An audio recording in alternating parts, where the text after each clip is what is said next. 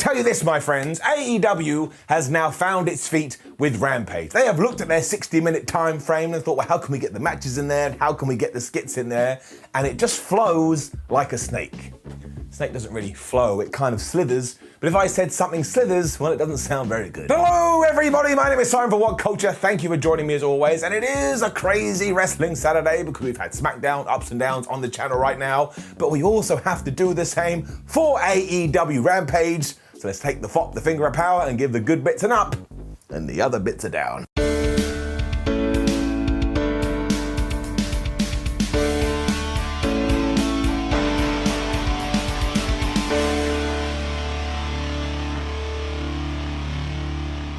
Acclaim are out to start Rampage this week, and seriously, I am just getting aboard the train now. This is me on the train. They are absolutely brilliant. I love them so much, and I've become really annoying in my own life, because sometimes I walk around, I just go, listen, like I think I'm Max Caster, and believe you me, I cannot rap. So I'm gonna start pushing for an Acclaim title reign in 2022, and all of this was just great. Like, Max Caster's opening rap was as funny as it always is. Anthony Bowens is just a ball of fire, and they were taking on Jon Moxley here, who could very well be the most believable person in all of wrestling. Like, the first thing he did is because Max had said bad words about him and his wife, he just ran up and he punched him right in the face. Mox then got Anthony Bowens on the outside and started to beat him up too, because he was like, well, you're associated with him, and I ain't fond of that guy, so I'm gonna kick your ass as well. But when you do go into the matted area, bad things can happen. So Bowens was like, well, what if I grab this guy and I throw his arm into reach of the ring post?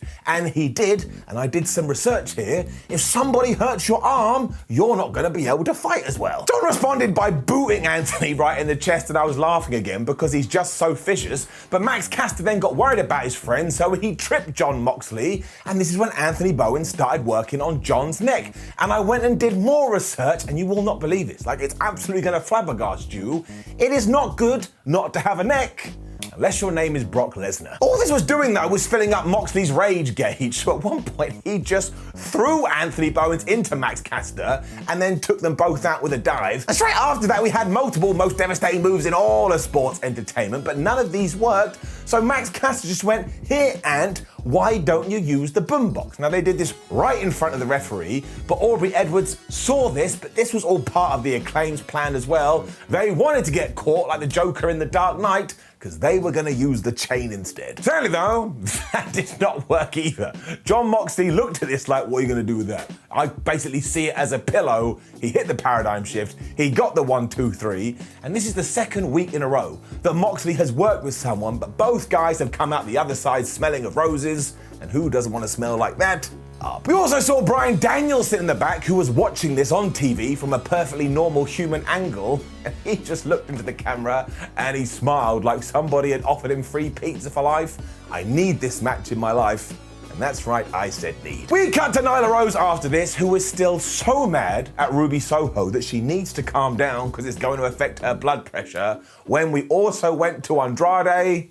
Flub me sideways, this new character is great. Because he found Darby Allin in the back and he was so excited to finally meet this kid, and more importantly, he wanted to speak to his boss because he thinks this is some kind of business arrangement. And when Darby said, look, I'm not owned by Sting, Andrade did not get it at all. And he's like, listen kid, just show me to your boss. Honestly, he is absolutely rocking it. Darby eventually got Sting's baseball bat in order to chase him away, and this is what I need, please, AEW. I need Andrade to find Danhausen and think that this is also Darby Allin because he just sees face paint. I'm enjoying it so much, I'm just gonna give Andrade an up. If you do not intend to watch this segment, do. I promise you, you will laugh. And then FTR reminded us why they are one of the best tag teams in the world. Up. But they were taking on Brock Anderson and Lee Johnson, and while those two guys absolutely deserve their props, you could just tell this was Catch and Dax controlling everything and being the ring generals, and they do it so effortlessly too. Like, I try to get out of bed and I'm on the floor going, oh, I think I tore all my hamstrings, and these guys can go to any ring in any promotion and just have such a damn good match. We did also focus on these rookies though, because Brock Anderson, much like his dad, is like a technical whiz, whereas Lee Johnson was flying around the place like it was effortless. so do not get me wrong at all. This was not a squash. There were plenty of near falls where you went, oh my gosh, are these new guys gonna win? I mean, you didn't massively believe it because that would have been done, but the fact they even gave you an inch, you were able to take a mile. That is not how you use that phrase. Point is, I was enjoying it. The fans also got what they wanted too, because Tully Blanchard was just making a nuisance of himself on the outside, so Arn was like, could you stop this? And he walked over to them and he just blammed him right in the face. But sadly, this didn't tie in to the good guys winning. FTR eventually smashed Johnson with a spike pile driver, and they beat him. But if the idea of this was to get me more excited about a Brock Johnson partnership, well, you just went and did it. So I would say that this did the world of good for all. I mean, it was just solid stuff. Then it had a couple of video packages, one for Thunder Rosa versus Mercedes Martinez, which was great because it was cutting away where Thunder would go, Mercedes, I hate you. And then we flipped over to Mercedes Martinez, was like, oh yeah, well, I hate you as well. And we were also reminded that Serena Deeb is brilliant right now when we got to our TBS title match. Like I've already said, Rampage these days just flies. And I tell you too, I like this. I like this a lot. I mean the amount we got done. Because for one, this was over fast as Jade Cargill just absolutely wrecked Julia Hart. I mean, she was too big, she was too strong, she was too TBS champion.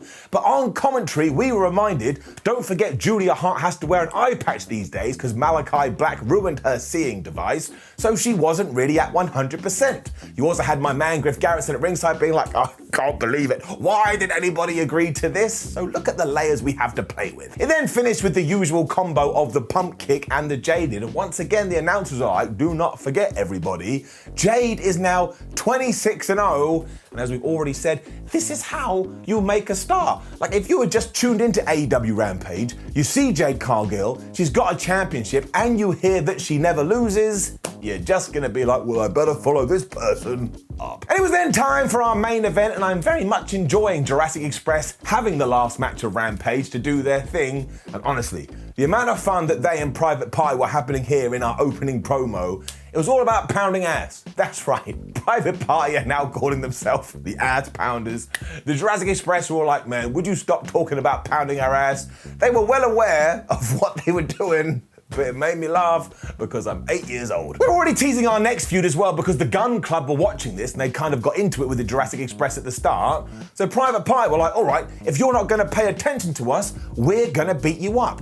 And not only did they do that, but they hit the gin and juice on Jungle Boy, and for the smallest of seconds, I was like, oh, they're going to win. They're going to be the new champions. Now, Jungle Jim did kick out at 2, and we were told, oh, they shouldn't have gone for it this early. They need to work them over. But honestly, if you weren't interested in this for some crazy reason, that is a way to make you go, well, I better watch. Jungle Boy eventually got the tag to Luchasaurus, and Private Party sold this like, oh my gosh, it is an actual dinosaur. We don't want to fight with him, but actually it was all part of their plan. Because they lured him to the outside, Matt Hardy got a chair, he thwacked Luchasaurus right in the leg, and this hurt me. It hurt me right down in my Tootsie Toes. I was like, hasn't this speech he suffered enough? Andrade was watching on because of course he's invested in the Hardy family office, so he wants to know what's going down. And then when we cut back to the ring, Mark Quinn and Isaiah Cassidy were holding on to the legs of Luchasaurus as he just stalked over to Jungle Boy to make the tag.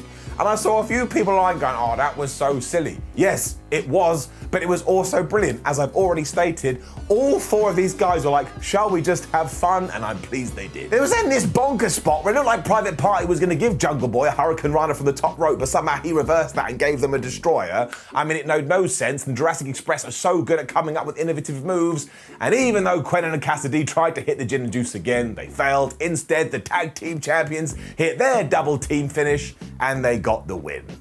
Up. And of course, right after this, the Gun Club got involved. They beat Jungle Boy and Luchasaurus down. I think we are going to have that tag team title match next week. And given everything that's been happening with the Gun Club, Asses and Danhausen, you've got to imagine that eventually is going to tie in. So let us definitely keep this going for as long as we can. It was a super duper enjoyable main event, and Rampage overall is getting an up. And for people who support all ups and down shows, which I do appreciate, that's right, SmackDown no downs, Rampage no downs, sometimes it's okay just to love professional wrestling. Now, please do leave a comment below and let us know what you thought about last night's AEW Rampage. Like the video, share the video, and subscribe. Head on over to WhatCulture.com. We'll keep you up to date with all wrestling news. Make sure you watch another video because YouTube loves it and so do we. And we're on social media. We'd love for you to pop by and stop in for a cup of tea.